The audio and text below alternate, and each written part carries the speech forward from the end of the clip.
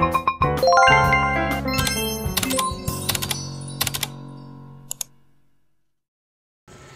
ito na nga guys yung natapos ko. 3D wall panel na wood design. Ayan. So, bago nga ako nag-decide na magkabit ng ganitong wood panel guys, nag-canvas muna ako dun sa Facebook Marketplace ng mga gumagawa ng mga TV rack background na parang ganito yung design niya.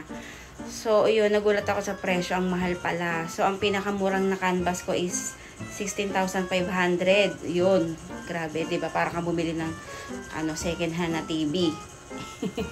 May nakita nga ako ng mga ganito na pwede naman i-DIY wood panel. Pero hindi ganun kalaki katulad ng mga nakagawa ng TV rack na ganun background.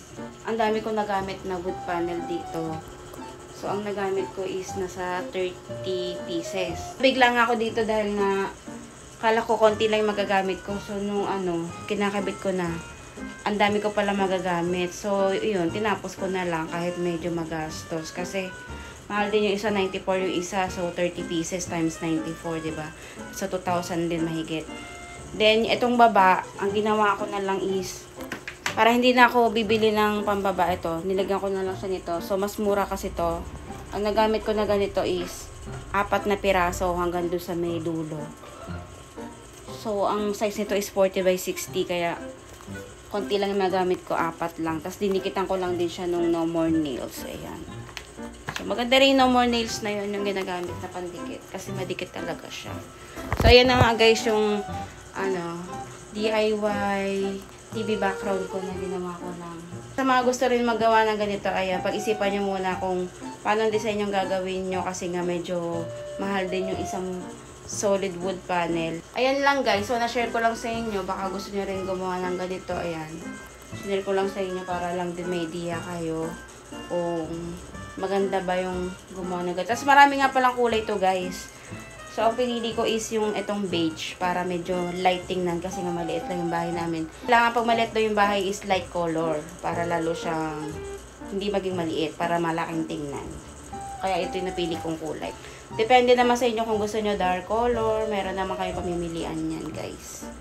Tsaka hindi lang yung ginagamit dito sa pader. Marami siyang pwedeng paggamitan. Sa mga coffee shop, ganun. Pwede natin lagay sa kitchen, sa room. Yun. So, depende sa inyo kung saan yung trick ilagay. So, sa akin, dahil nga, bumili ako nitong 65 inches sa TV. So, parang gusto ko naman maganda yung background niya. Kaya ganyan yung naisip ko.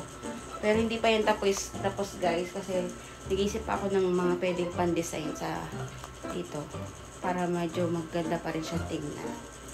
So, yun lang guys for today's video. At na-share ko lang naman sa inyo itong ginawa kong solid wood panel. Siyempre, thanks for watching. At kung nagustuhan niyo yung video na to, don't forget to click the bell button and don't forget to subscribe. Thank you. Bye. Wow!